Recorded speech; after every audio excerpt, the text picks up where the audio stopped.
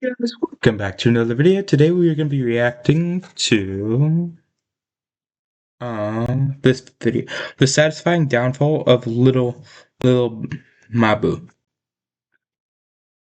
You know what they say, fake it till you make it. However, in Lil Mabu's case, it's more like fake it till you lose almost everything. Mabu fell off for real. First being seen with Bonnie Blue to get his views up, only for him to get even lower than he used to. Mabu, please, you're better than this. Where are the bangers? This all begs the question, how did such a promising artist go from placing on global charts with over 8 million monthly listeners on Spotify, to having a majority of his audience completely forget he exists? More importantly, is there any hope of him making a comeback, or will he continue to fade into obscurity? Hi, I'm the Internet Anarchist. I create weekly YouTube documentaries, and today, we'll be uncovering the decline of one of rap's most unusual artists, Lil Mabu. How he utilized controversy to make a name for himself in the drill rap scene, why fans couldn't get enough of him, and what happened when the gimmick behind his rap persona finally wore off. To say Mabu, aka Matthew Peter DeLuca, was an anomaly going into the New York drill scene would be a massive understatement, not only for his appearance, but his background as well. Having grown up in an upper-class family in New York's most affluent neighborhoods, and attending the prestigious collegiate high school, Mabu's life was a far cry from that of a traditional drill rapper, many of whom fuel their music with personal struggles and trials they encountered while living in less fortunate circumstances. Matthew DeLuca, I go to the collegiate school. I'm in 9th grade.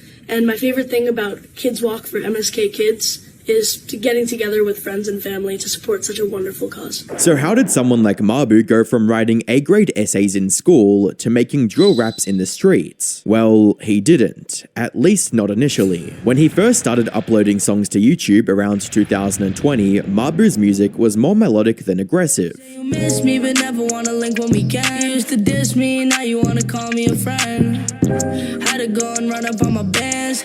Shout out to my brother, shout out to the fam.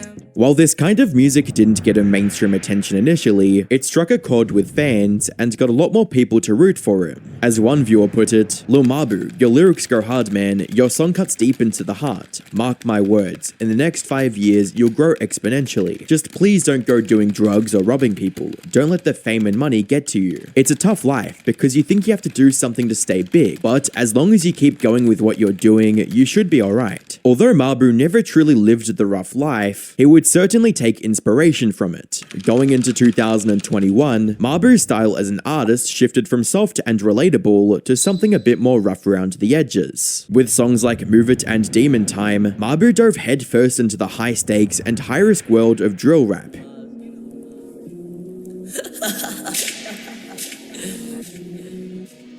Hey, that's my store! Yo.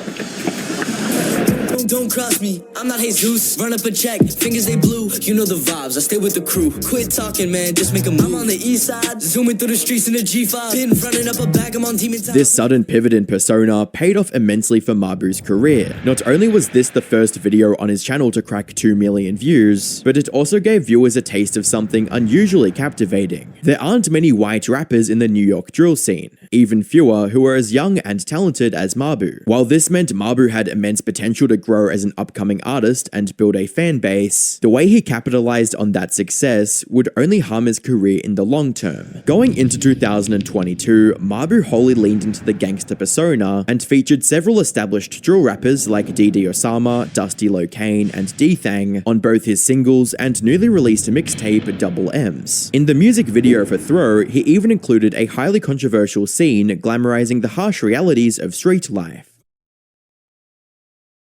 As shocking as the video was, it garnered over 30 million views and landed Mabu in the #1 trending spot on YouTube for a brief period. At this point, Mabu had realized controversy was the key to drawing viewers, and he was more than ready to capitalize on that knowledge. For the next couple of months, Mabu promoted his music by uploading dozens of videos across social media, pretending to be a dangerous rapper in the most corny way possible. Why you lacking?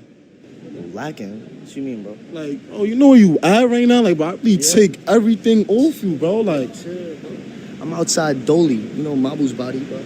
yo, Mabu, like, what you got on you? Like, oh, he got the now.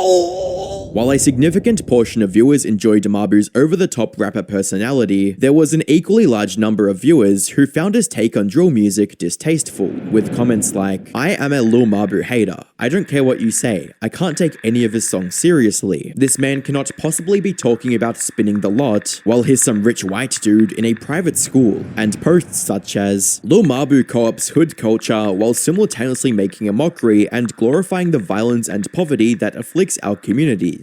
He raps about ops and spinning blocks, and then goes back to his mansion unharmed. Meanwhile, the young street ninjas making drill music are out here losing their lives over the blocks that rich white men own. Is ridiculous." These weren't the only negative concerns fans voiced about Mabu, as many speculated that he was an industry plant and that his rise to fame was manufactured by family members with powerful connections. Love him or hate him, Mabu was effortlessly using controversial situations to go viral on social media, and judging by his prior statements, it wasn't his first time doing so. Looking back at the comments of his previous music videos, Mabu states that he has experience with digital marketing and credits that experience as the reason he hasn't signed with a record label, reading, "Not many people know this, but I'm a digital marketer and publicist. I have no label and no management. I run companies for industry heavyweights, and this is how I fund my music/execute these promotional campaigns. I'm not the kid whose parents fund his music that most people think I am. I started up the agency back in April, and that's how I've funded my music ever since." By the start of 2023, Mabu's mastery of social media marketing had allowed him to reach a global audience and managed to put one of his greatest songs, Mathematical Disrespect, on the Billboard Hot 100's number 90 spot. Combined with the nearly 100 million views the song generated on YouTube, it's no wonder why Mabu was seen as the next big drill rapper. Mabu's rap career wasn't the only part of his life where he was experiencing immense success, as he would graduate from high school around the same time. Matthew Peter DeLuca. However, in the midst of this rapid growth, Mabu would stay away from his rap game for 2 months and return to viewers with this message. I just wanted to get on here and open up about my life the last couple months. As soon as I went to prom and I graduated high school, I finally had a moment to reflect on my evolution as an artist and my personal life and the sacrifices I've made to get to this point at a young age. And you know, I was fresh out of high school with a song on Billboard, artists I look up to start becoming my friends, gaining notoriety. Cool. But at what cost? I wasn't spending time with my family.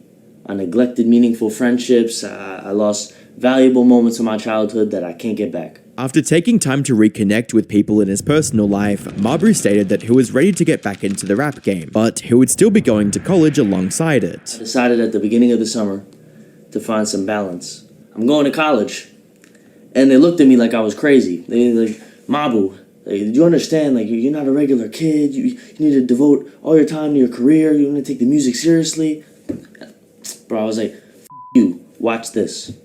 And I worked so hard to get into the high school I was at, then applying out and getting into college, and I managed to do all of it while doing the music thing. So why would I pass this opportunity up now? For what? Naturally, some audience members assumed that he wouldn't be able to keep up with the same intensity while going to college. However, Mabu proved both his dedication to music and academics by recording music with notable artists like NLE Chopper from his dorm room. I'm meeting my new roommate.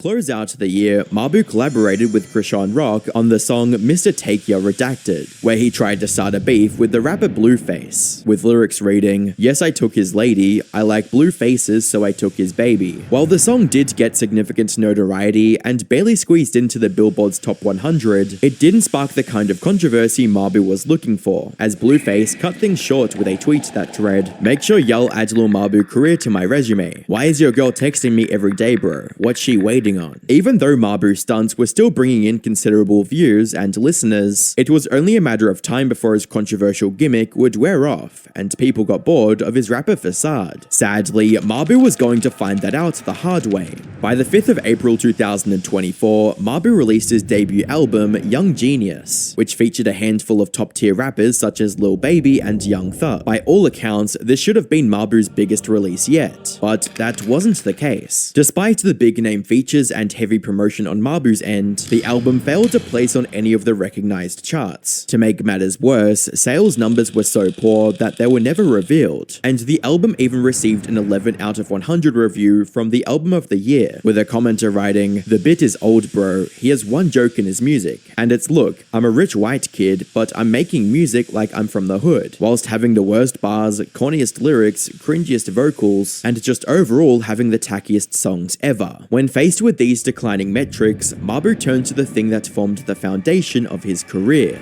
controversy. His first attempt at garnering attention this way manifested as Mabu pretending to shoot himself during a music video.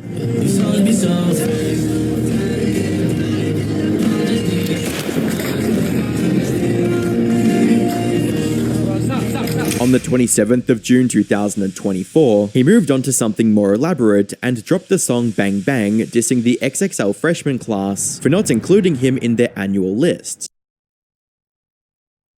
When the diss track and music video stunt didn't get him the results he was looking for, Mabu stepped away from music for another several months, only to return with an even more desperate ploy for attention. Around March 2025, Mabu began gravitating towards the OF model Bonnie Blue, best known for her controversial 1000 Men in 24 Hours stunt, with a Mabu caption reading, "Her holes are for everyone, but her heart is mine." From going on a stage to dinner with Bonnie, to potentially doing explicit acts with her during an NBA game, Mabu was willing to do anything to bait the internet into engaging with his platform, but it wasn't going to work. Video.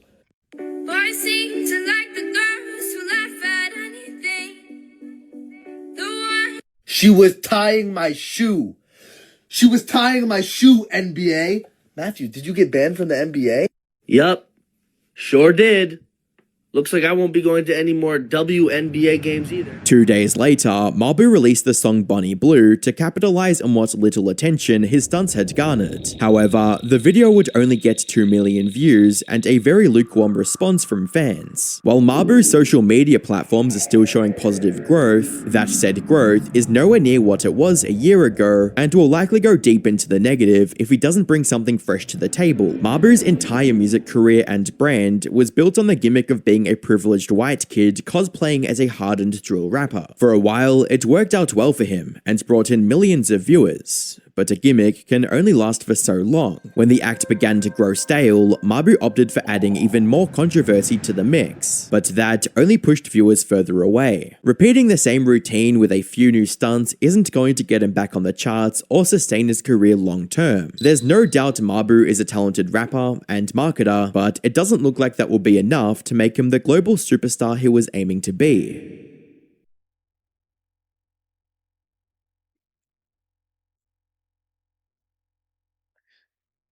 Yeah, I mean, I haven't heard of this guy, so yeah. Anyway,